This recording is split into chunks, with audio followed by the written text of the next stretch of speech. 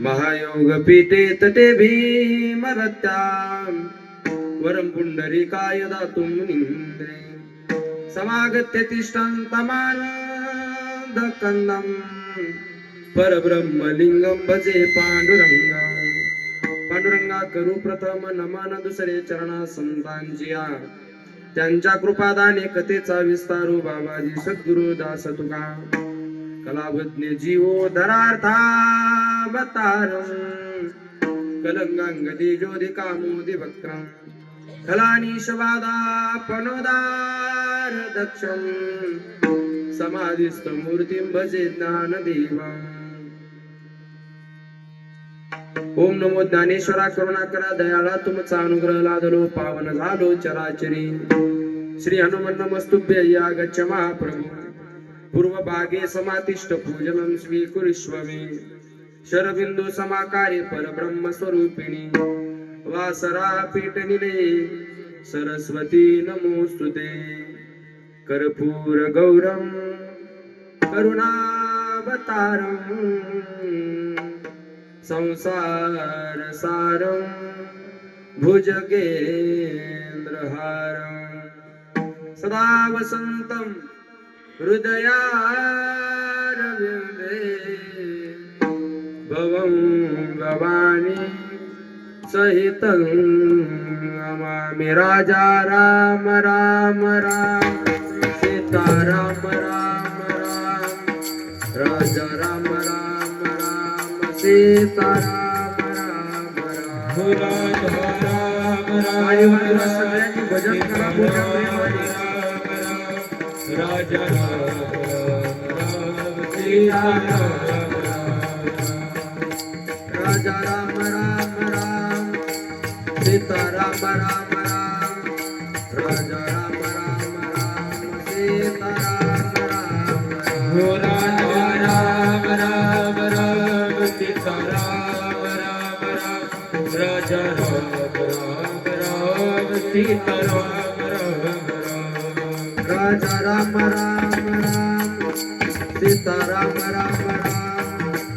राजा राम राम राम सीता राम राम राम राजा राम राम राम सीता राम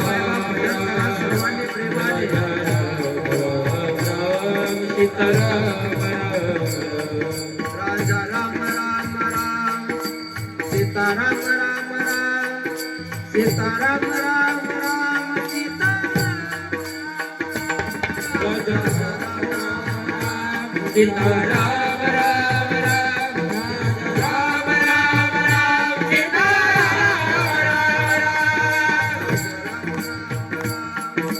सीता राम राम राम सीता राम राम राम सीता राम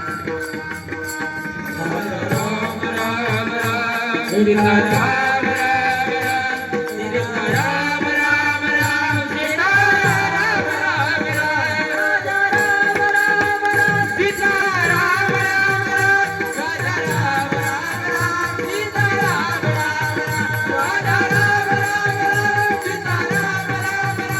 राजा राम राम राम सीता राम राम राजा राम राम सीता राम राम राजा राम राम सीता राम राजा राम राम सीता राम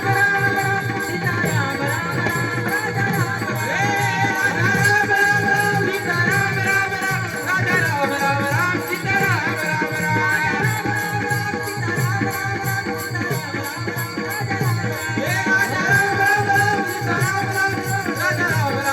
सीता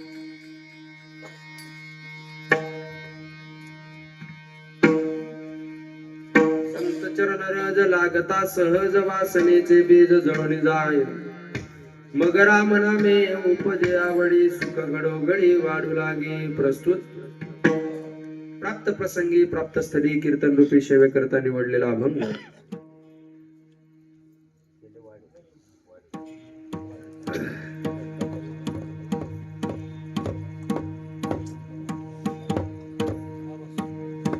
एक तर काहीच कळायला नाही पाहिजे.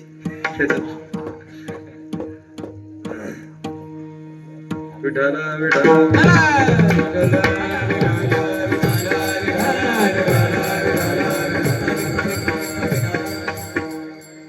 प्रस्तुत प्राप्त प्रसंगी कीर्तन रूपी सेवे करता निवडलेला अभंग. कनकाई कुमार बोलोबा पुत्र काना प्रिय बंधू जगद्गुरु जगद्वंदनीय श्रीमंत श्री संत वैराग्य तपतीर्थ तेजोनिधी समस्त वारकऱ्यांच्या हृदयावरती अधिराज्य गाजवणारे किंबहुना हिंदवी स्वराज्याचे संस्थापक छत्रपती शिवाजी महाराजांचे आध्यात्मिक गुरु जगद्गुरु तुकोबाराय. एक पॉइंट करावं त्या दादा. जगद्गुरु तुकोबाराय यांचा उत्कृष्ट असा 4 चरणाचा अभंग सेवे करता निवडलेला असून या अभंगाच्या द्वारा जगद्गुरु तुकोबाराय भगवान परमात्म्याची ज्ञानोत्तर प्रेम लक्षणात्मक भक्ती करत असताना तुम्हाला जड जीवांना ज्या परमात्म्यापर्यंत जाऊन पोहोचायचंय त्या परमात्म्यापर्यंत जाऊन पोहोचत असताना आत्मस्वरूपाचा पत्ता या अभंगाच्या माध्यमातून प्रतिपादन करतात.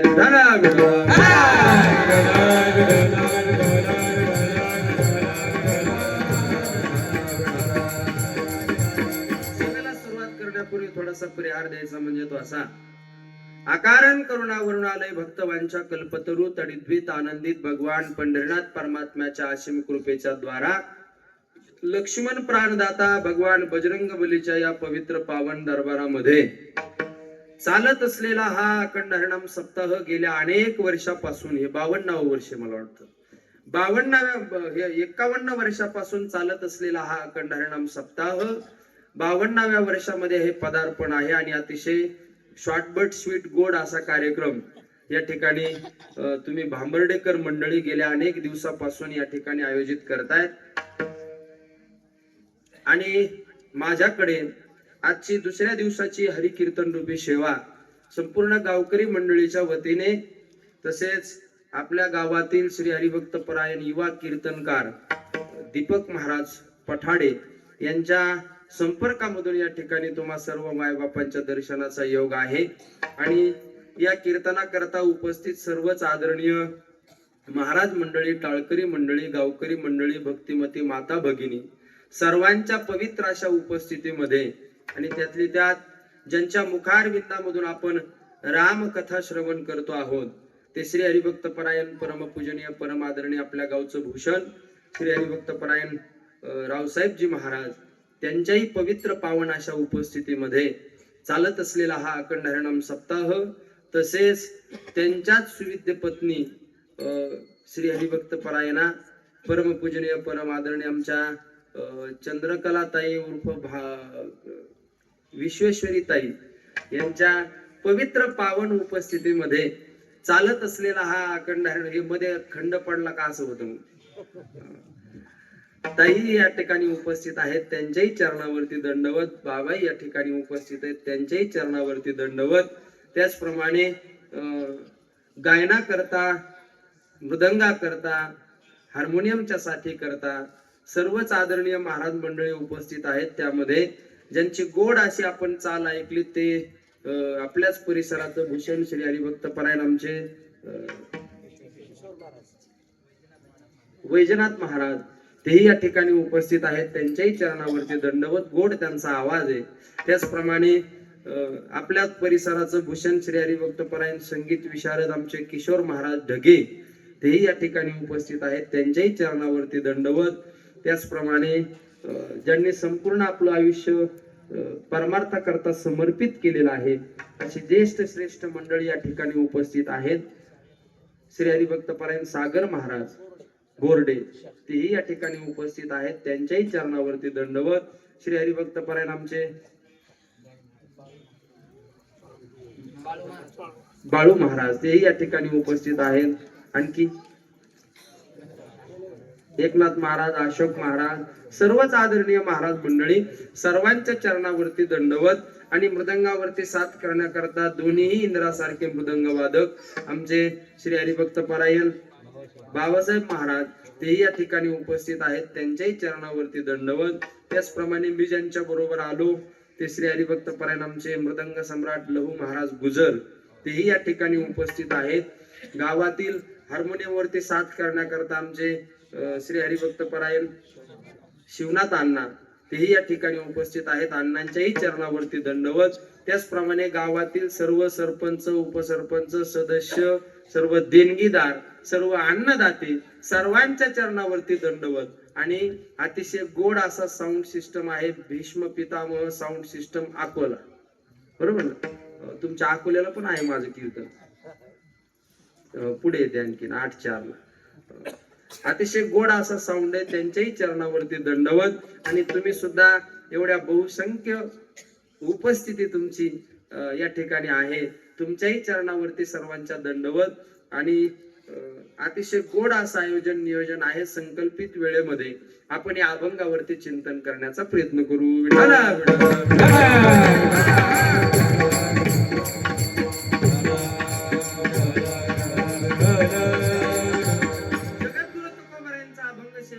निवडलेला आहे. जगद्गुरु तुकोबा या अभंगाच्या माध्यमातून आपल्याला आत्मसुखाचा पत्ता सांगताय. सर्वांनी जर सर्वांगाचे कान करून ऐकलं तर माझा अभंग, माझं चिंतन, माझं बोलणं तुम्हाला कळेल. जगद्गुरु तुकोबा या अभंगाच्या माध्यमातून आपल्याला आत्मसुखाचा पत्ता या अभंगाच्या माध्यमातून प्रतिपादन करतायत. कारण या अभंगाचा मूळ गाभा एवढाच आहे की सुख घडोघडी वाढू लागे. घडोघडी वाढणारं सुख जर आपल्या जीवनामध्ये आपल्याला अपेक्षित असेल तर जगद्गुरु तुकोबाराय म्हणतात, तुमच्या जीवनामध्ये तुम्हाला जर सुख हवा असं वाटत असेल, आनंद हवा असं वाटत असेल, तर आनंद प्राप्तीचं एकमेव साधन असं आहे की त्या आत्मसुखापर्यंत जाण्याकरता तुम्हाला काही प्रक्रिया कराव्या लागतील. सुख घडोघडी वाढू लागे, पण कधी राम नामामध्ये आवड उत्पन्न झाल्याशिवाय घडोघडी वाढणार सुख तुमच्या जीवनामध्ये तुम्हाला प्राप्त होणार नाही. मग राम नामामध्ये कधी आवड उत्पन्न होईल तर वासनेचं बीज जळाल्याशिवाय राम नामामध्ये आवड उत्पन्न होणार नाही. वासनेचं बीज कधी जळेल तर संतांच्या पायाचे रजकण आपल्या जीवनामध्ये प्राप्त झाल्याशिवाय वासनेचं बीज जळणार नाही. वासनेचं बीज जळाल्याशिवाय राम नामामध्ये आवड उत्पन्न होणार नाही. आणि राम नामामध्ये आवड उत्पन्न झाल्याशिवाय घडोघडी वाढणारं सुख आपल्या जीवनामध्ये आपल्याला प्राप्त होणार नाही. मग सुखाची जर प्राप्ती करून घ्यायची असेल, आत्मसुखापर्यंत जायचं असेल तर हा उलटा प्रवास आहे. परमार्थाचा मार्ग आणि परमार्थाचा प्रवास हा उलटा प्रवास आहे.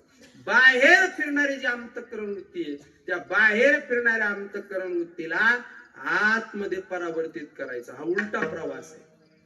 हा उलटा प्रवास आहे.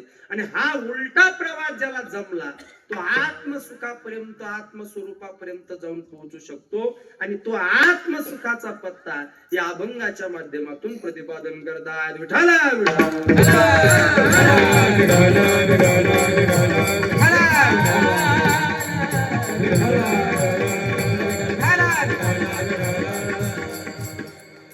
संतांच्या पायाच्या रजक कणाची महाराजांनी साधन म्हणून या अभंगामध्ये योजना केलेली. आणि साध्य आहे आत्मसुख. आत्मसुखापर्यंत जाण्याकरता साधन आहे संतांच्या पायाचं रजक कण. संतांच्या पायाचं रजक कण. बाहेर फिरणारी वृत्ती आतमध्ये परावर्तित करायची. पळणं 2 ठिकाणी असतं. बाहेर एक पळणं असतं आणि आतमध्ये एक पळणं असतं. जर बाहेर पुढे चालत गेलो आपण, एकक, दशक, शतक, सहस्त्र, दशसहस्त्र, लक्ष, दशलक्ष, कोटी, 10 कोटी असं पुढे चालत गेलो तर शून्यामध्ये कधी विलीन होतो सांगता येत नाही. पण जर तुम्ही 10च्या अंकावरती उभे असाल आणि तुम्हाला जर शून्यामध्ये विलीन व्हायचं असेल आणि 10 पावलं जर तुम्ही पाठीमागे आले, 10, 9, 8, 7, 6, 5, 4, 3, 2, 1 आणि 0, आणि मग शून्यामध्ये 10 पाऊल पाठीमागे आल्याच्या नंतर, मग शून्यामध्ये आल्यानंतर सुखे मी निजलोगा शून्य सारोनी येथे. जर सुख पाहिजे असेल तर बाहेर फिरणारी वृत्ती आतमध्ये परावर्तित करावी लागेल. आतमध्ये, आणि ती आतमध्ये परावर्तित केली की आत्मसुखापर्यंत जाऊन पोहोचतो. पण त्या सुखापर्यंत पोहोचण्याकरता अगोदर या प्रक्रिया करणं अत्यंत गरजेचं आहे. कोणत्या कोणत्या? राम नामामध्ये आवड उत्पन्न होणं गरजेचं आहे, त्याच्या अगोदर वासनेचं बीज जळणं गरजेचं आहे, त्याच्या अगोदर संतांच्या पायाचे रजकण आपल्या जीवनामध्ये प्राप्त होणं अत्यंत गरजेचं आहे. या सगळ्या गोष्टी म्हणजे संतांचे पायाचे रजकण आपल्या जीवनामध्ये आपल्याला मिळाले की मग स्टेप बाय स्टेप आपण एक एक गोष्ट करू शकतो. पण सगळ्यात महत्वाचा विचार असा आहे, ज्या संतांच्या पायाच्या रजकणाची महती, ज्या संतांच्या पायाच्या रजकणाच्या माध्यमातून आत्मसुखापर्यंत जाऊन पोहोचायचंय, ते संत मात्र आपल्या जीवनामध्ये अगोदर भेटणं अत्यंत गरजेचं आहे, अत्यंत गरजेची गोष्ट आहे. पण या जगाचा जर विचार केला तर या जगामध्ये सगळं भेटतं, कुणी भेटतं, पण खरे संत म्हणतो बरं का, नुसतं संत नाही, खरे संत भेटणं या जीवनामध्ये अत्यंत दुर्मिळ गोष्ट आहे.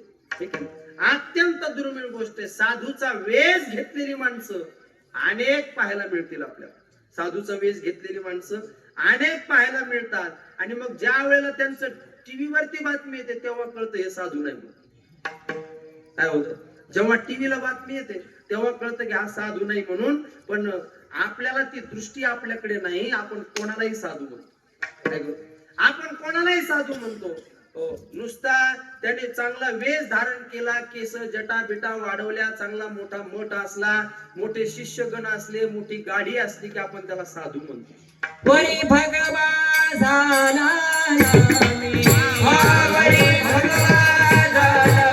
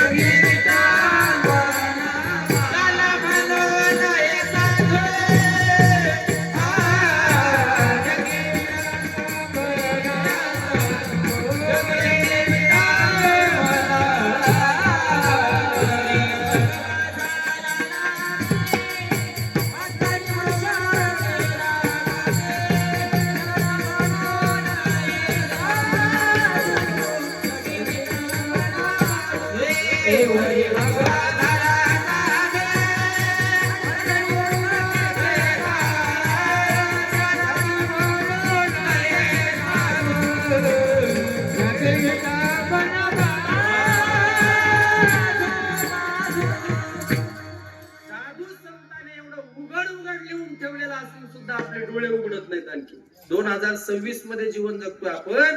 एवढं उघड साधू संतांनी 750 वर्षापूर्वी लिहून ठेवलं.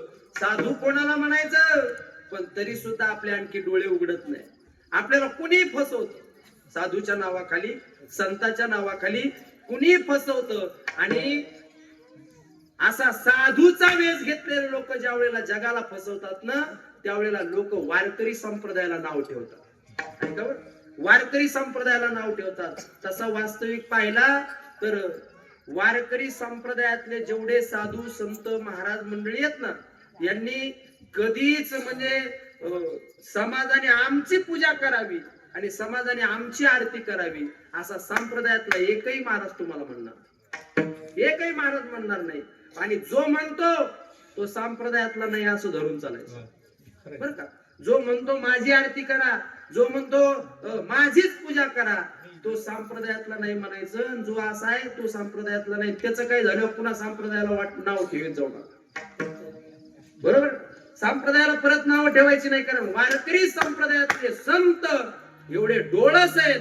अंधश्रद्धा पसरवणारे आमचे साधू संत नाहीत, तर जगाला डोळस करणारे आमचे संत आहेत. विठाला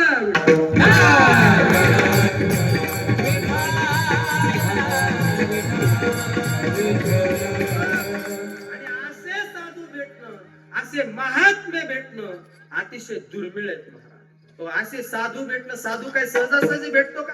अहो साधू सहजासहजी भेटत नाही. आपल्या या जगामध्ये अशा अनेक गोष्टी की त्या अशक्य कोटीतल्या आहेत. पण त्या अशक्य कोटीतल्या गोष्टी सुद्धा आपण जर प्रयत्न केले तर आपण शक्य करू शकतो. अशक्य कोटीतल्या गोष्टी आहेत. समुद्र पोहून जाता येतो का माणसाला? समुद्र, एखादी नदी पोहून जाता येईल पलीकडे पार करून, पण समुद्र पार करून पोहून जाता येईल का पलीकडे? समुद्र पार करून पलीकडे जाणं ही अत्यंत दुरापास्त गोष्ट आहे. पण तरी सुद्धा जर एखाद्याने सातत्याने प्रयत्न केले तर समुद्र सुद्धा पोहून जाता येईल. चंद्रामृत सुखे सेववील चंद्रामृत सुखे सेववील आता जाता रविवार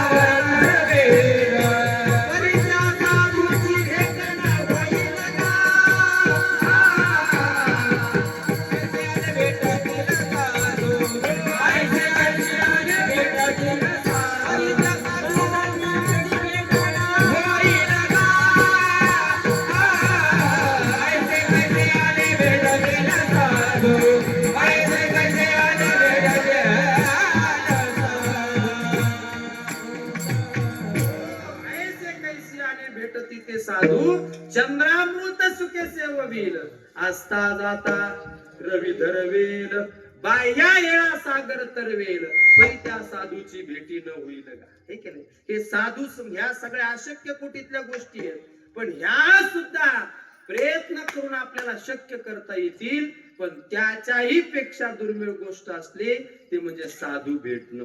बर का? साधू भेटणं हे त्याच्याही पेक्षा दुर्लभ गोष्ट आहे. पंचदशिकार वर्णन करतात दुर्लभ अगम्य आणि अमोघश्च. एक तर साधू भेटणं अतिशय दुर्लभ आहे. भाऊ अवघड आहे संत भेटी, भाऊ अवघड आहे संत भेटी, भाऊ अवघड आहे संत भेटी, भाऊ अवघड आहे संत भेटी.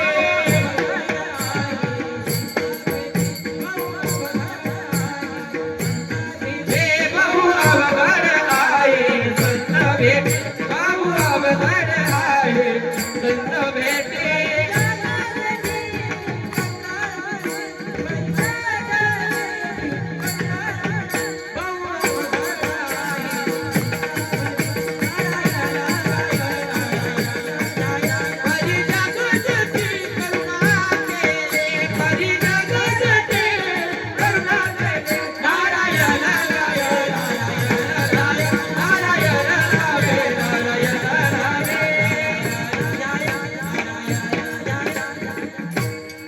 बहुवावगड आहे संत भेटी अतिशय गोड प्रमाण दिलंय. बहुवावगड आहे संत भेटी पण परी जगजेटी करुणा केली. आता हे या प्रमाणामध्ये अतिशय मोठी गंमत आहे बघा. नेहमी आपण प्रमाण ऐकतो पण याच्यामध्ये बघा बहुवावगड आहे संत भेटी पण परी जगजेटी करुणा केली. देवाने जर कृपा केली तर दुर्लभ असलेले संत आपल्या जीवनामध्ये आपल्याला भेटतात. पण गंमत अशी आहे देवाने आपल्यावरती कृपा करावी याच्याकरता साधूने आपल्याला अगोदर भेटावं लागतं. बरोबर आहे बा?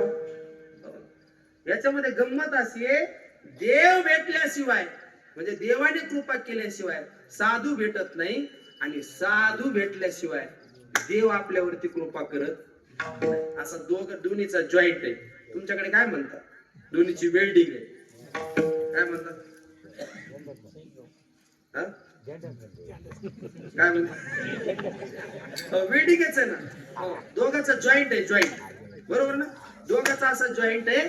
संत भेटल्याशिवाय देव आपल्यावरती कृपा करत नाही आणि देवाने कृपा केल्याशिवाय संत आपल्या जीवनामध्ये भेटत नाही. याच्याकरता मी नेहमी एक उदाहरण सांगत असतो. काय झालं? एका जणाचं लग्न जमलं. जमतात ना तुमच्याकडे लग्न? हा? जमत असले तर आमच्या किशोर महाराजाचं जमवा. लग्न जमतात ना. एक जणाचं लग्न जमलं आणि लग्न जमल्याच्या नंतर दोघांची पसंती वगैरे झाली. दोन्ही कुटुंबाची एकमेकाची पसंती झाली आणि पसंती झाल्यानंतर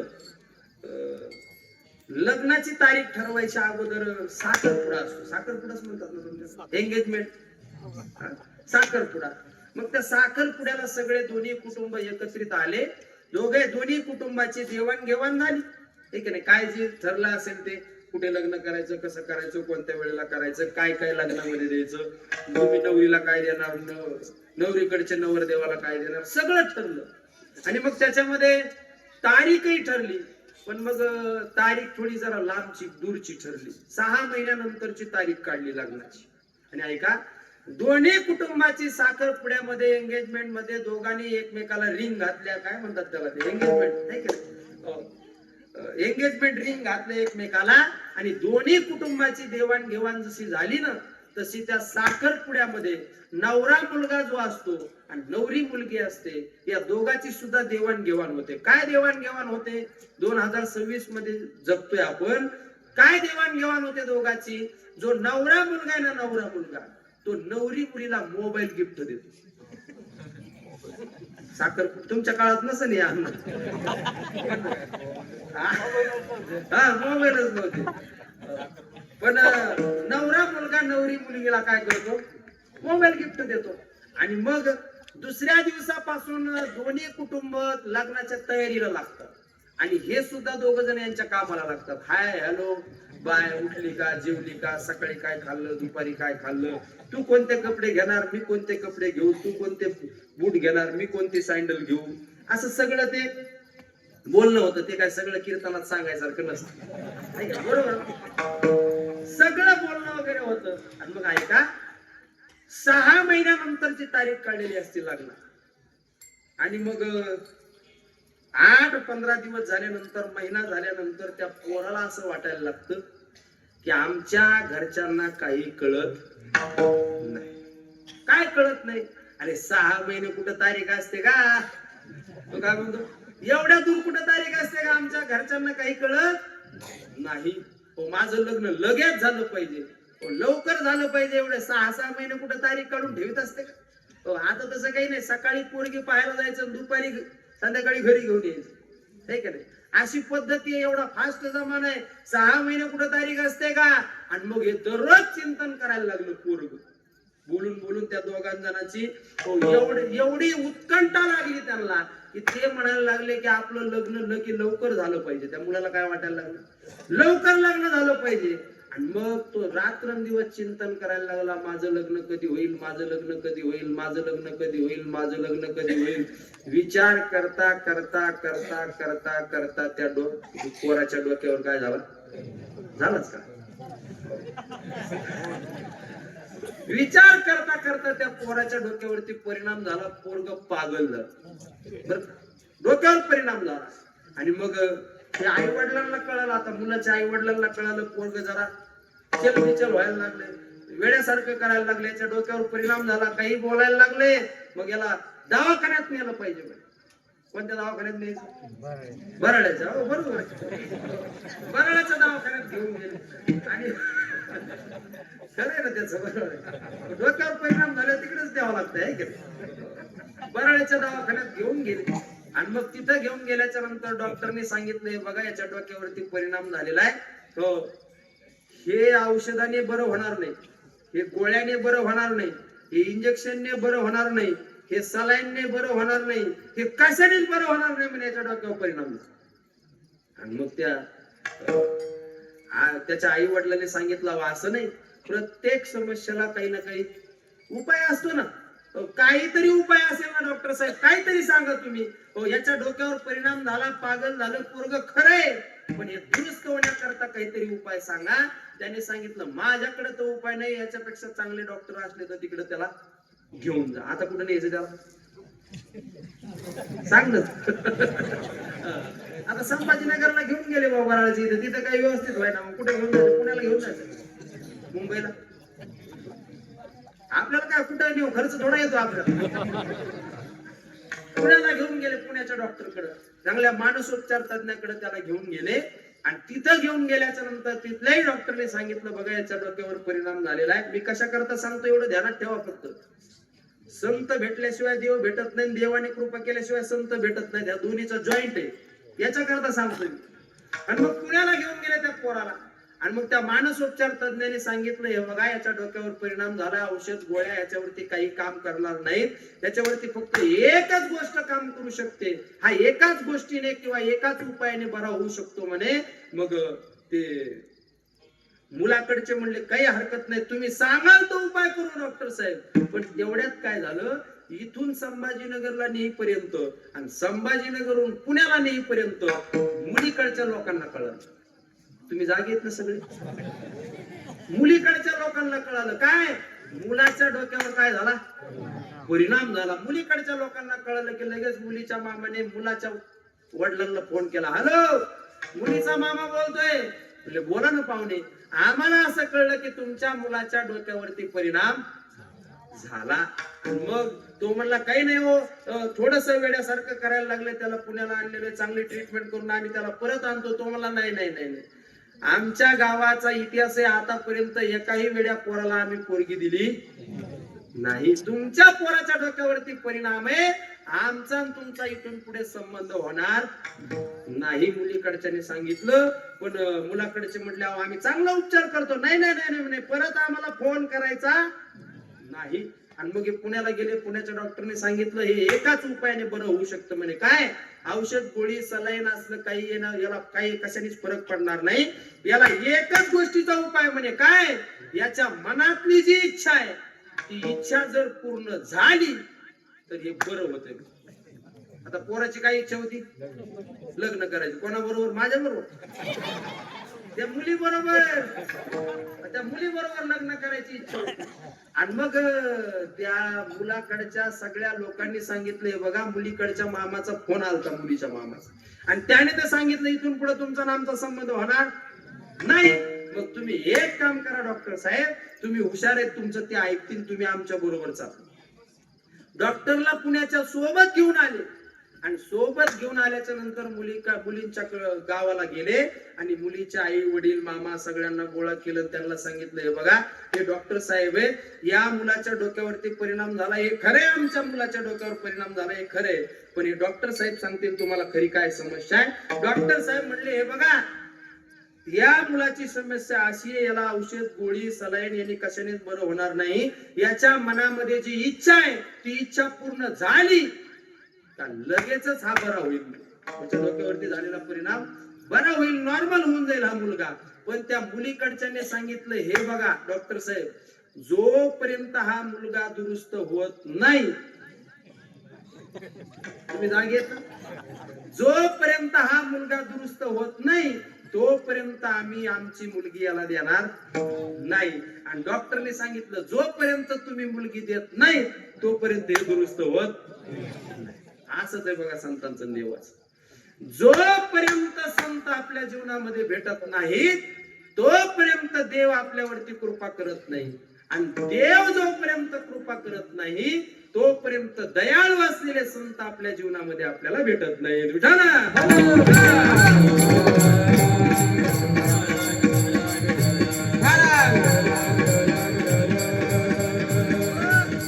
संत भेटणं अतिशय दुर्मिळ गोष्ट आहे. नाही संत पाना मिळत आहे हाती, ही सांगता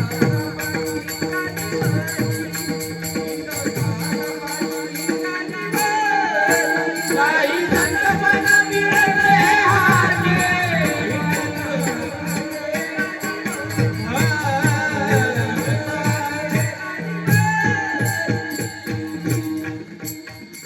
नाही संतपण मिळत आहे हाटी. संतपण काय बाजारात मिळतं का?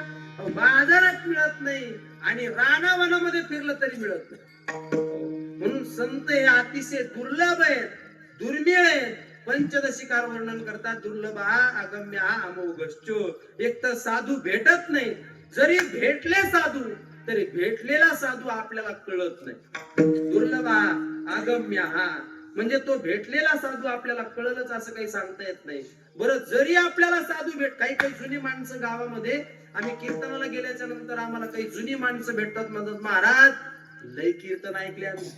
किती एवढे कीर्तन ऐकले, सगळे डोक्यावरचे जेवढे केसन आहेत, आमचे डोक्यावर जेवढे केसन आहेत तेवढे कीर्तन ऐकले.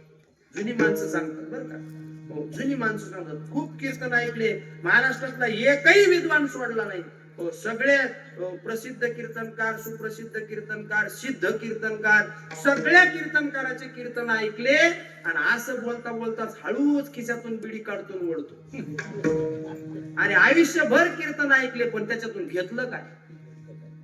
सुधारणा काय केली आपल्या जीवनामध्ये? काहीच नाही ना, नुसतं ऐकलं आणि सोडून दिलं. तसे साधू आपल्या जीवनामध्ये भेटतात, पण भेटलेले साधू आपल्याला कळतीलच असं काही सांगता येत नाही. बरं, जरी साधू आपल्या भाग्याने आपल्याला कळाले आणि त्यांनी केलेला उपदेश आपल्या अंगावरती बांधणं हे त्याही पेक्षा दुर्मिळ. विठाला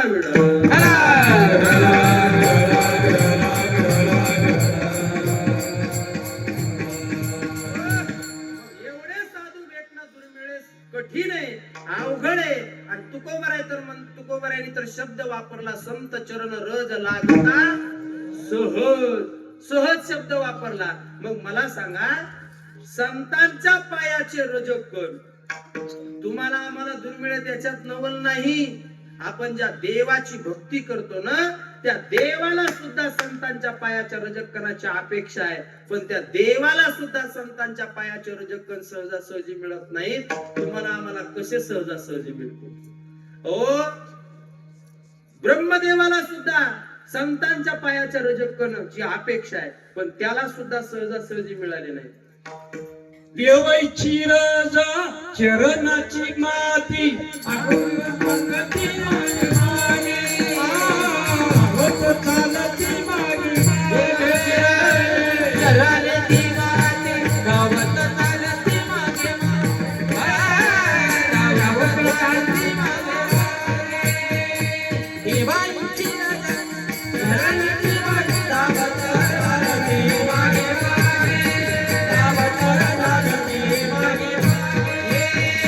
देवाची रज चरणाची माती गावत चालती मागे मागे गावत चालती मागे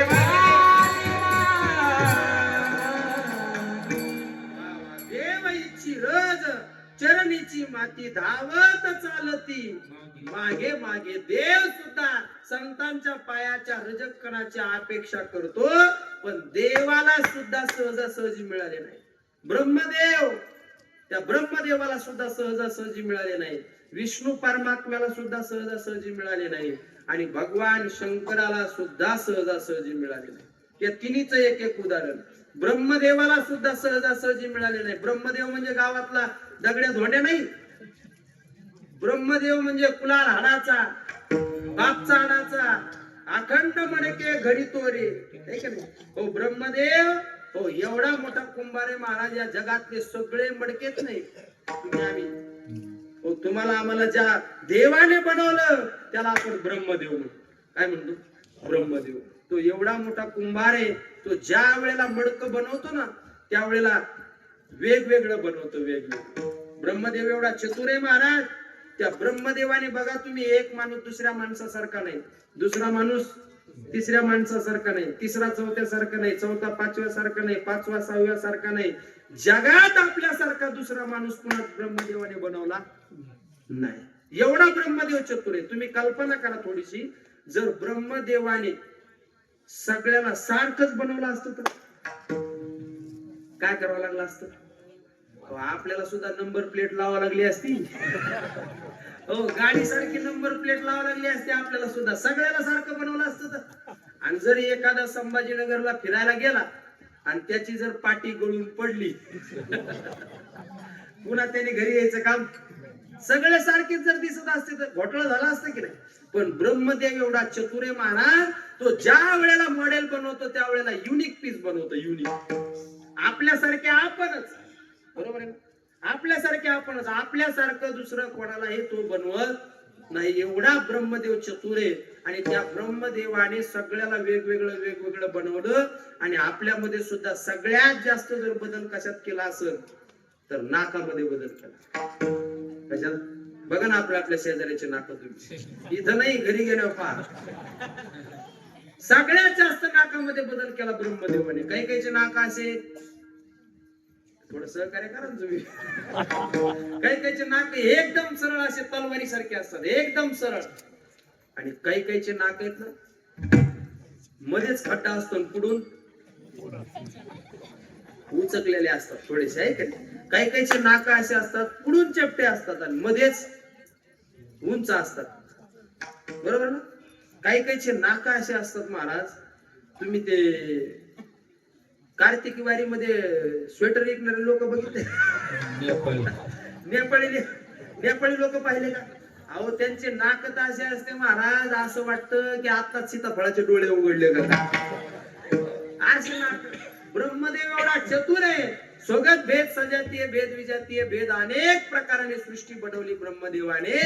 पण तो ब्रह्मदेव या सृष्टीची घडामोड करल्याच्या नंतर तो थकला, त्याचं अंतःकरण थकलं आणि थकलेल्या अंतःकरणाला शांती देण्याकरता तो ब्रह्मदेव सुद्धा आपल्याला शांती कुठं मिळेल, याचं समाधान कुठं मिळेल याच्याकरता शोधाशोध करू लागला ब्रह्मदेव. जगाचा मालक. नाही तर त्या ब्रह्मदेवाच्या बाबतीमध्ये जर बोलायचं झालं तर ब्रह्मदेवाचं क्षेत्र नाही, ब्रह्मदेवाचं मंदिर नाही. एकच मंदिर आहे पुष्करला पाहायला मिळतं, त्याच्या व्यतिरिक्त आपल्याला मंदिर पाहायला मिळत नाही. ब्रह्मदेवाचा भक्त नाही, ब्रह्मदेवाचा मंत्र नाही. ब्रह्मदेव कधी पुण्याची उत्पत्ती करता या जगामध्ये अवताराला आले असं कधी आपल्याला पाहायला मिळालं नाही. पण त्या ब्रह्मदेवाने सृष्टीची घडामोड करून त्याचं अंतःकरण थकलं आणि थकलेल्या अंतःकरणाला शांत करण्याकरता त्या ब्रह्मदेवाला सुद्धा या मृत्यू लोकावरती अवताराला यावंसं वाटलं. आणि मग आमच्या नामदेव महाराजांनी सांगितलं, देवा तुम्हाला जर विश्रांती पाहिजे असेल ना, तुम्हाला जर तुमचं अंतःकरण शांत व्हावं असं वाटत असेल ना, तुम्हाला विश्रांती पाहिजे असेल ना, तुम्हालाच नाही सगळ्या देवाला जर विश्रांती पाहिजे असेल तर आमच्या नामदेव महाराजांनी सांगितलं, चला आळंदीला नामामध्ये देवा जाती घ्यावया कल्पवारी.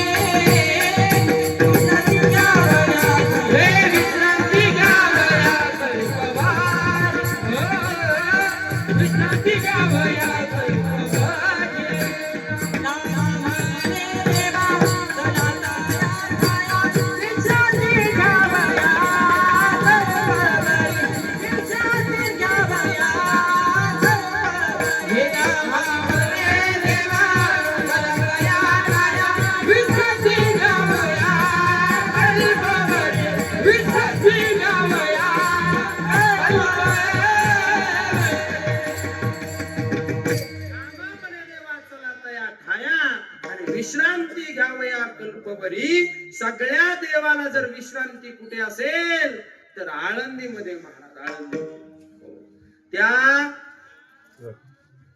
संतांचे माहेर ते या भूमीवर अलंकापूर असं एक प्रमाण आहे बघा. मला आठवत नाही आता का आठवत नाही, तुमच्या संगतीचा परिणाम झाला.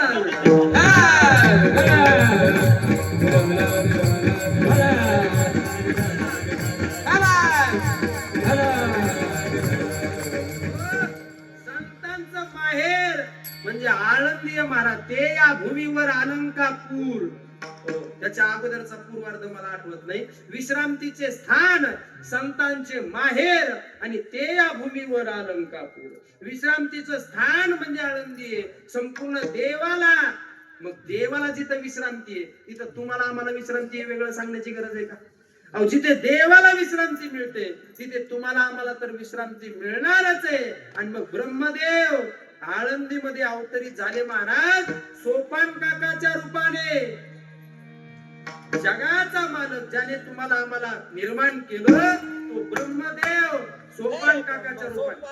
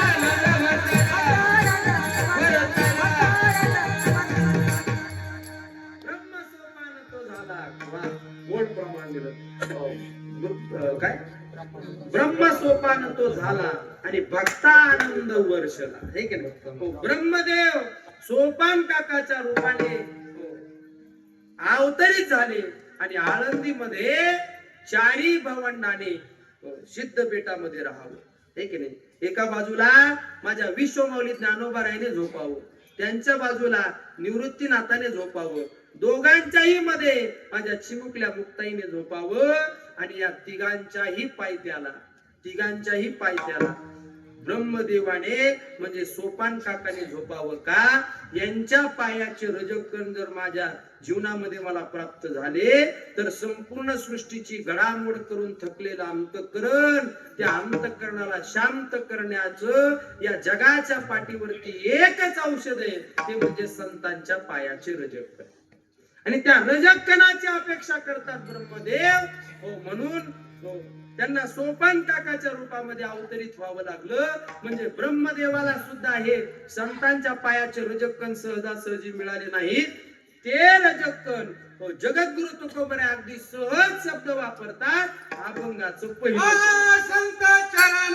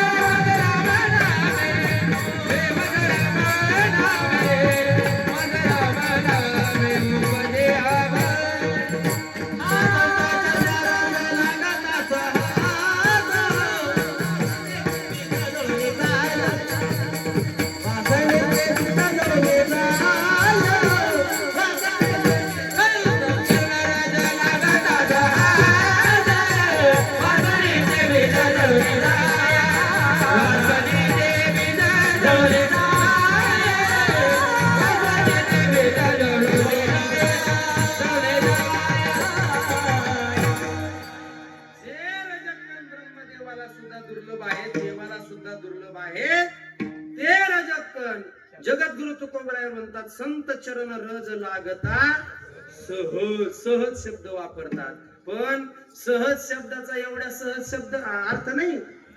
संतांच्या पायाचे रजकण म्हणजे संत ज्या साधनेवरती आरूढ आहेत त्याला म्हणायचं संतांचे पाय. संतांचे पाय म्हणजे प्राकृत पाय नाही, संतांचे पाय म्हणजे दिसतात ते पाय नाही, तर संत ज्या साधनेवरती आरूढ आहेत त्याला म्हणायचं पाय. जसं आहे ना, जसं व्यवहारामध्ये आपलं पोट भरण्याचं जे साधन आहे त्याला आपण पाय म्हणतो. काय म्हणतो? पाय म्हणतो. हा वेदांत वगैरे काही नाही. आपण व्यवहारामध्ये आपलं जे पोट भरायचं साधन आहे आपण त्याला पाय म्हणतो. काय झालं, एका जणाला पाहुणे पाहायला आले. आता हे असं सांगितल्याशिवाय कळतच नाही काय करावं. पाहुणे पाहायला आले एका जणाचे, आणि मग पाहुणे पाहायला आल्याच्या नंतर मुलाला पसंत केलं मुलीकडच्यांनी. आता जमाना बदलला, अगोदर मुलाला पाहायला येतात मुलीकडची, बरोबर ना? पूर्वी तशीच प्रथा होती. मुलाला पाहायला आले, त्या पाहुण्याने सांगितलंय बघा मुलगा आम्हाला पसंत आहे, पण मुलगा करतो काय? मग मुलाच्या वडिलांनी सांगायला सुरुवात केली, आहे बघा माझी खूप गरिबी होती, मी गरिबीमध्ये माझ्या मुलाला वाढवलं, त्याला गावातल्या शाळेमध्ये 5वी पर्यंत शिक्षण दिलं, पण माझा मुलगा एवढा हुशार, गावातल्या शाळेमध्ये 5वी मध्ये त्याने शाळेत 1 नंबर आणला. ठीक आहे, पण माझी परिस्थिती नव्हती त्याला बाहेर शिकायला टाकायची, पण मुलगा जिद्दीने बाहेर तालुक्याच्या ठिकाणी शिकायला गेला. स्वतः त्याने दुसऱ्याच्या हॉटेलवरती काम केलं, बरं का, ऐका, दुसऱ्याच्या दुकानावरती काम केलं, आणि स्वतःच्या हिमतीवरती माझं पोरग शिकलं. 12वीला त्याने तालुक्यामध्ये नंबर आणला. त्याच्यानंतर ते शहरामध्ये शिकायला गेलं, जिल्ह्याच्या ठिकाणी. तिथंही त्याने दुसऱ्याच्या घरी, दुसऱ्याच्या ऑफिस मध्ये, जिथं दिसल तिथं, जिथे सापडेल तिथे काम केलं, आणि स्वतःच्या हिमतीवरती माझं पोरग शिकलं. ग्रॅज्युएशन झालं माझ्या मुलाचं. तो चांगला उच्च शिक्षित झाला, पण त्याच्या शिक्षणाचं फळ त्याला नोकरीच्या स्वरूपामध्ये मिळालं नाही, आणि तो परत गावाकडे आला. सुशिक्षित बेकाराच्या नावाखाली बँकेतून त्याने कर्ज काढलं. कर्ज काढून त्याने एक टेम्पो विकत घेतला. त्या टेम्पोचा वापर नुसता शॅम्पू लावायला नाही केला, चांगला कसोटीने टेम्पो चालवला. 2 वर्षामध्ये त्याने सगळा टेम्पो नील करून टाकला. त्याच्यानंतर दुसरं कर्ज काढलं माझ्या पोराने, आणि त्याने गावामध्ये एक किराणा दुकान टाकलं. आता माझं पोरग त्याच्या पायावरती उभा आहे. काय म्हणतो बाप? आता माझं पोरग त्याच्या पायावरती उभा आहे. म्हणजे पहिले त्याला पाय नव्हते का? होते ना पाय, पण त्याचं जे पोट भरण्याचं साधन जसं व्यवहारामध्ये आपण त्याला पाय म्हणतो, तसं संतांचे पाय म्हणजे प्राकृत पाय नाहीत, तर संत ज्या साधनेवरती आरूढ आहेत त्याला म्हणतात पाय. मग कोणत्या साधनेवरती आरूढ आहेत? आत्मस्वरूपाच्या साधनेवरती, स्वस्वरूपाच्या साधनेवरती संत आरूढ आहेत, आणि त्या संतांच्या पाय, याला म्हणायचं संतांचे पाय, आणि त्या पायाचे रजकण म्हणजे त्या आत्मस्वरूपाची जी साधना आहे त्या साधनेचे रजकण, त्या पायाचे रजकण म्हणजे ज्ञान. रजकण म्हणजे मातीची धूळ नाही, ठीक आहे, मातीचे कण नाही. रजकण म्हणजे ज्ञान. निरे कोणापाशी आहे एक रज, तरी मज द्यारे दुर्बळाशी. रजकण म्हणजे ज्ञान, बर का. आणि ते ज्ञान प्राप्त झालं. कोणतं ज्ञान? आत्मस्वरूपाचं ज्ञान, स्वस्वरूपाच्या साधनेचं ज्ञान. ते जर ज्ञान आम्हाला प्राप्त झालं तर आमच्या जीवनामध्ये आम्हाला सहज अवस्था प्राप्त होते. सहज ही एक अवस्था आहे. सहज म्हणजे व्यवहारामध्ये सहज म्हणजे बिना कामाचं. आपण एखाद्याला म्हटलं ना, आता आम्हाला पैठणला बरेच असे 10 क्रियाविधी करायला पैठणला मंडळी येतात. टेम्पो भरून, ठीक आहे, टेम्पो कंटेनर भरून तिकडं 10 क्रियाविधीला येतात गोदावरीला, आहे का, पैठणला. आणि तिथं आलं, आणि आम्हाला कीर्तनामध्ये असं कुठंतरी पाहिलेलं असतं कीर्तनामध्ये. आणि मग ते तिथं आल्यानंतर आम्हाला म्हणतात जय हरी महाराज. आम्ही म्हणतो जय हरी. ओळखलं का नाही? मग आम्ही ओळखलेलंच नसतं, पण तरी त्याला म्हणावं लागतं वा वा वा, तुम्हाला नाही ओळखायचं, कोणाला ओळखायचं, ऐक, कारण नाही म्हणल्यावर पंचायत होते, नाराज होतो माणूस. आणि मग आपण म्हटलं का त्याला नाही ओळखलं राव तुम्हाला, तो म्हणतो काय राव महाराज, तुम्ही भांबर्ड्याला आमच्या इथे कीर्तनाला आले आणि मी तुमच्या कीर्तनाला होतो. कुठं बसले होते? तिकडे पाठीमागं बसलो होतो. आणि मग आता बरं त्याला नाही ओळखलं म्हणून तो नाराज होतो ना. आणि मग आमची महाराज मंडळीची सवय अशी असते, कोणालाच नाराज करायचं नाही. आणि मग त्याला म्हणावं लागतं तुला नाही ओळखायचं आणि कोणाला ओळखायचं, आणि ओळखलेलंच नसतं. एक माणूस असं सहज आला पैठणला, दसक्रिया बी दिला, जालन्याकडचा माणूस होता. आणि त्याने म्हटलं महाराज ओळखलं का नाही? म्हणलं नाही ओळखलं बुवा. पण मग तुम्ही कुणीकडे आलते? तो म्हणला काही नाही महाराज, येरी. काय म्हणला तो? येरी चालतो म्हणलं. आता येरी म्हणल्यावर मला काही कळेल गेलं ना ती भाषा. मग आमचे मित्र आहेत नारायण महाराज जालन्याचे, त्यांना फोन केला, म्हणलं का येरी म्हणजे नेमकं काय? ते म्हणलं मग नेमकं तुम्हाला काय म्हणायचं आता? म्हणलं असा असा माणूस भेटला तुमच्याकडचा, त्याला विचारलं कुणीकडे आलते? तो म्हणला काही नाही येरी. नारायण महाराज म्हणले अहो येरी म्हणजे मोकार, बिना बिना कामाचा आलता तो, काही काम नाही. आहे का नाही? तसं सहज म्हणजे व्यवहारामध्ये बिना कामाचा, पण परमार्थामध्ये सहज ही एक अवस्था आहे का बरं? सहज ही एक अवस्था आहे. त्या अवस्थेपर्यंत जायचं असेल तर आत्मस्वरूपाच्या साधनेचं रजकण म्हणजे ज्ञान आपल्या जीवनामध्ये आपल्याला भेटलं की सहज अवस्था गाठली जाते. आणि त्याचा परिणाम काय होतो? वासनेचे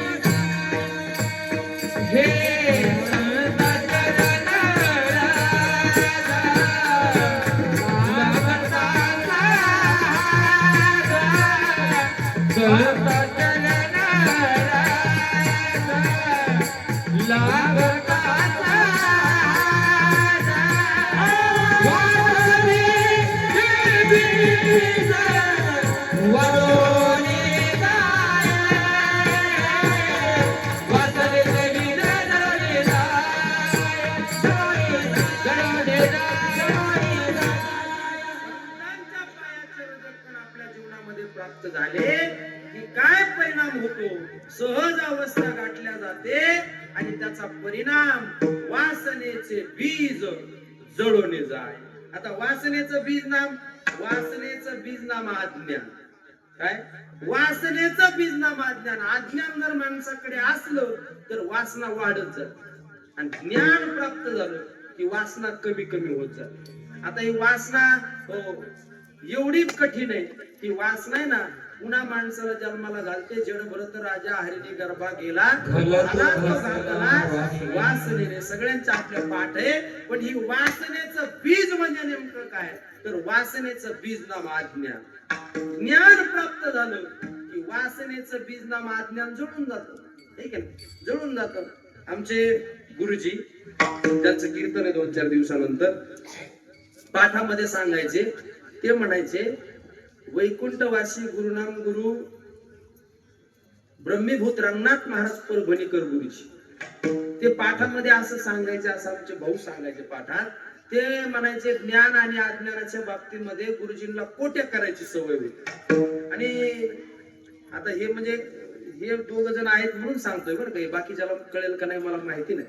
पण रंगनाथ गुरुजी कोट्या करायचे. आणि मग आमचे भाऊ पाठामध्ये सांगायचे ज्ञान आणि अज्ञानाच्या बाबतीमध्ये गुरुजी सांगत असताना असं सांगायचे, असावं अज्ञान, वाटावं अज्ञान. अज्ञान कळालं की राहतच नाही अज्ञान. असावं अज्ञान, वाटू नये अज्ञान.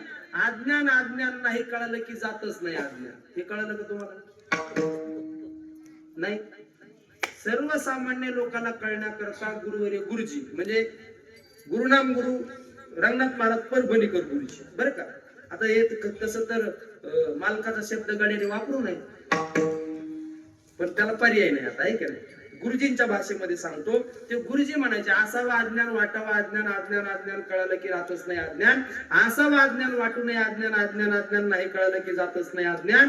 हे लोकांना कळण्याकरता ते म्हणायचे असावा शेंबूड, माणसाच्या नाकाला असावा शेंबूड, वाटावा शेंबूड. शेंबूड शेंबूड कळाला की राहतच नाही शेंबूड. हे कळालं का? माणसाच्या नाकाला शेंबूड असावा, आहे हा वाटावा. माझ्या नाकाला शेंबूड आहे एवढं तरी माणसाला कळावं. माझ्या नाकाला शेंबूड आहे असं जर माणसाला कळालं तर माणूस काय करतो? खिशात ठेवतो, काढून टाकण्याचा प्रयत्न करतो ना, काढून टाकण्याचा प्रयत्न करतो की नाही. पण काही काही माणसाला आपल्या नाकाला शेंबूड आहे हेच जर कळालं नाही तर दिवसभर तसंच शेंबडाचं नाक घेऊन फिरवतो गावात. बरोबर ना? तो काढण्याचा प्रयत्नच करीत नाही ना. त्याला जर कळालंच नाही माझ्या नाकाला शेंबूड आहे तो काढण्याचा प्रयत्न करीत का? तो काढण्याचा प्रयत्न करत नाही. तसं माणसाला असावं अज्ञान, आपल्याला काहीच कळत नाही निदान एवढं तरी माणसाला कळत.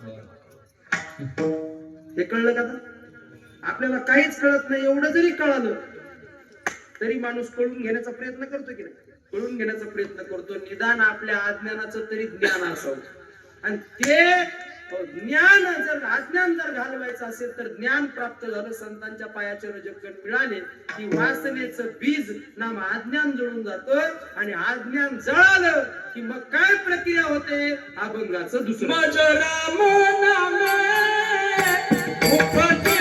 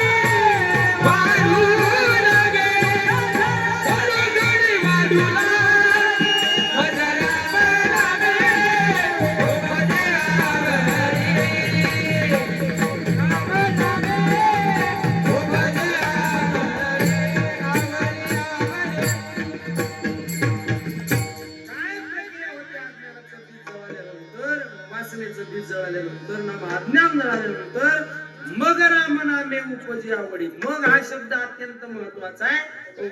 संतांच्या पायाचे रजकरण लागल्यानंतर, वासनेचं बीज जळाल्यानंतर मग राम नामामध्ये आवड उत्पन्न होते. आणि आवड हा शब्द ज्ञानोत्तरतेचा द्योतक. आवड हा शब्द ज्ञानोत्तरतेचा द्योतक आहे. मग राम नामे उपजी आवडी. त्या राम नामामध्ये एवढी आवड उत्पन्न होते, एवढी आवड उत्पन्न होते की सुख घडोघडी वाढू लागे. मग घडोघडी वाढणार सुख नुसतं रामाचं नाव घेतलं, आवडीने घेतलं, ज्ञानोत्तर कालाच्या अवस्थेमध्ये घेतलं तर एवढं त्या नामामध्ये आवड उत्पन्न होते. त्याच्याकरता एका जणाचे समजा एखादी मुलगी, त्या मुलीला लग्न होण्याच्या अगोदर जर म्हटलं तर बाई तू नाव घे, ती म्हणे बाई मी कोणाचं नाव घेऊ? बरोबर ना? पण तिचं लग्न जमलं, लग्न झालं, 4-6 महिने ती सासर घरी नांदून आली. आणि ज्या वेळेला ती माहेरला आली, तिच्या मुली तिच्या मैत्रिणी म्हणतात का ग तुझं लग्न झालं, आम्ही तुझ्या लग्नाला नव्हतो, तुझ्या नवऱ्याचं नाव काय? नाव घे ना. मग आता लग्नाच्या अगोदर तिला नाव, कोणाचं नाव घेण्यामध्ये रस असतो का? कोणाचंच नाव घेण्यामध्ये रस नसतो. पण ज्या वेळेला ती लग्न होतं तिचं, नांदून येते सासर घरी, आणि ज्या वेळेला तिची मैत्रीण नाव घे म्हणते त्यावेळेला ती डायरेक्ट नाव घेते का? लगेचच नाव घेते का? नाव घे म्हटल्याबरोबर ती लगेचच नाव घेत नाही महाराज. इथून संभाजीनगर पर्यंत उखाणा घेत. आता मला घेता येत नाही, आपलं नाव हनुमान असल्यामुळे त्याचा आपला संबंधही नाही जास्त. पण इथून संभाजीनगर पर्यंत ती उखाणा घेत, बरोबर ना.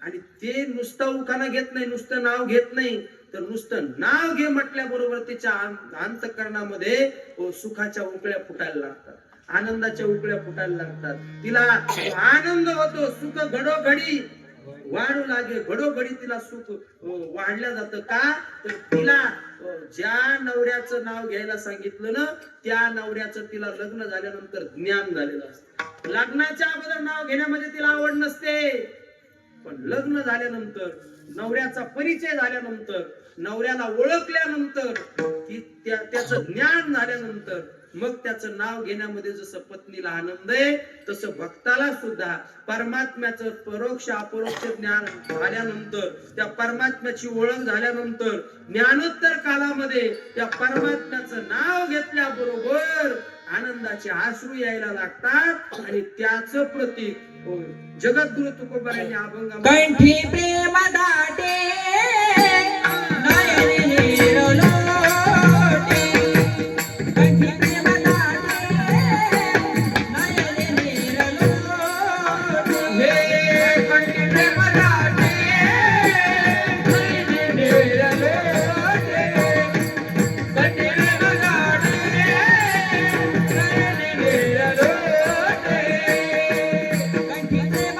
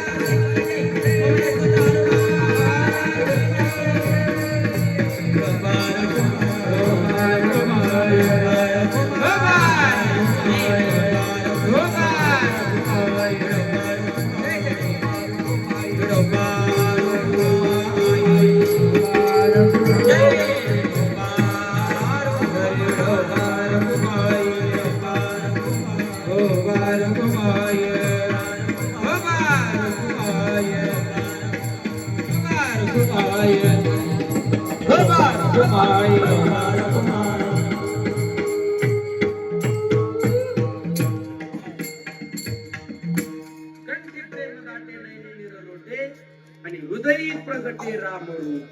कंठ आवृत्त होतो नुसतं त्या परमात्म्याचं नाव घेतलं. जर एखाद्या मुलीने नाव घेतलं ना, तिला जर गुचकी लागली, गुचकीच म्हणतात ना तुमच्याकडे, काय म्हणतात? गुचकीच म्हणतात, उचकी म्हणतात. काय म्हणतात? हा कुचकीच म्हणतात ना. जर एखाद्या मुलीला माहेरून नांदून आल्याच्या नंतर जर काय कुचकी लागली तर तिची आई तिला विचारते का ग तुझी कुणी आठवण काढली का? तर ती म्हणते माझी आठवण माझ्या नवऱ्याशिवाय माझी आठवण कोण काढली? बरोबर आहे? म्हणते का नाही? तसं म्हणते महाराज. तसं भक्त आहे ना, तो भक्ताला ज्या वेळेला अंतःकरणामध्ये फक्त आठवण येते तर आठवण आल्याबरोबर सुख घडोघडी वाढू लागे, कंठावृद्ध होतो, कंठी प्रेम दाटे, नैनी नीर लोटे आणि हृदयी प्रगटे राम रूप. त्या परमात्म्याचं नाव घेतल्याबरोबर परमात्म्याचं नाव घेतल्याबरोबर कंठावृद्ध होतो, डोळ्यामधून अश्रू यायला लागतात. तुम्हाला एक गोष्ट सांगू का? आपली 52 वर्ष झालं आपण अखंड हरिनाम सप्ताह करतोय, पण आपण आहे ना, आपल्याला नाही कीर्तन ऐकता आलं तरी चालेल, आपल्याला नाही भजन करता आलं तरी चालेल, पण आपण परमार्थ करत असताना आपल्याला एकदा तरी त्या परमात्मा करता रडता आलं पाहिजे. काय झालं पाहिजे? रडता आलं पाहिजे. जर परमात्मा करता आपल्या डोळ्यामध्ये दोन अश्रू आले ना, तर परमात्मा सुद्धा आपल्या करता रडतो. परमात्मा सुद्धा रडतो. श्रीमद भागवतामध्ये गोपिका कृष्ण परमात्मा करता रडल्या, म्हणून जगाचा मालक कृष्ण परमात्मा सुद्धा माझ्या गोपिकांकरता रडला. रामायणामध्ये लक्ष्मणजी माझ्या प्रभू रामचंद्रा करता रडले, तर लक्ष्मणाला ज्या वेळेला शक्ती लागली त्यावेळेला जगाचा मालक प्रभू रामचंद्र स्वतः त्या लक्ष्मणाला आपल्या मांडीवरती घेऊन जगाचा मालक भगवंताने रडावं महाराज का? लक्ष्मण त्या रामाकरता रडले, म्हणून राम सुद्धा लक्ष्मणाकरता रडले.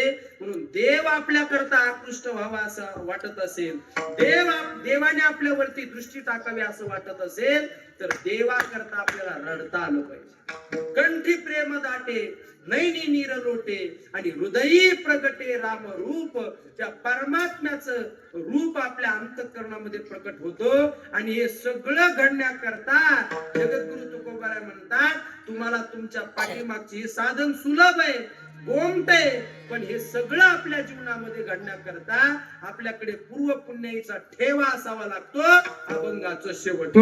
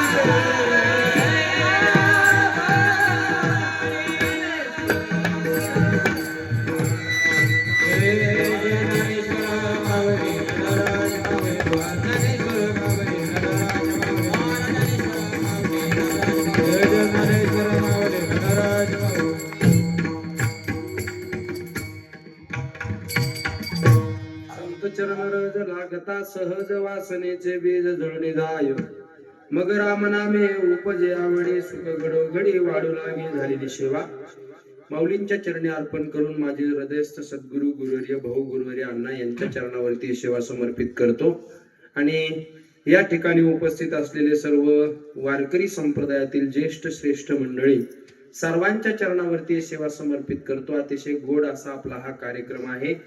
शॉर्ट बट स्वीट, माणसं कमी आहेत पण अगदी दर्दी माणसे, गर्दी नाही पण दर्दी माणसं आहेत. मी दीपकला म्हटलं होतं कशाला त्रास देतो मला, आम्हाला जास्त लोक पाहायची सवय लागली आता, आहे की नाही? पण दीपक महाराज म्हणले नाही नाही तुम्ही आलेच पाहिजे. ठीक आहे बुवा. मग दीपक महाराजांचा आग्रह असतो, आमचे रावसाहेब महाराज आहेत, ताई आहेत, सर्वांचा आग्रह असतो या ठिकाणी तुमच्या समोर सेवा सादर करण्याचा योग माझ्या जीवनामध्ये आला. हा तुमचा अखंड हरिनाम सप्ताह 52वं वर्ष आहे. असाच चंद्र सूर्याशेपर्यंत चालत राहावा, याच्यामध्ये उत्तर वाढ होत राहावी, ही शांती ब्रह्मश्री एकनाथ महाराजांच्या चरणावरती प्रार्थना करतो.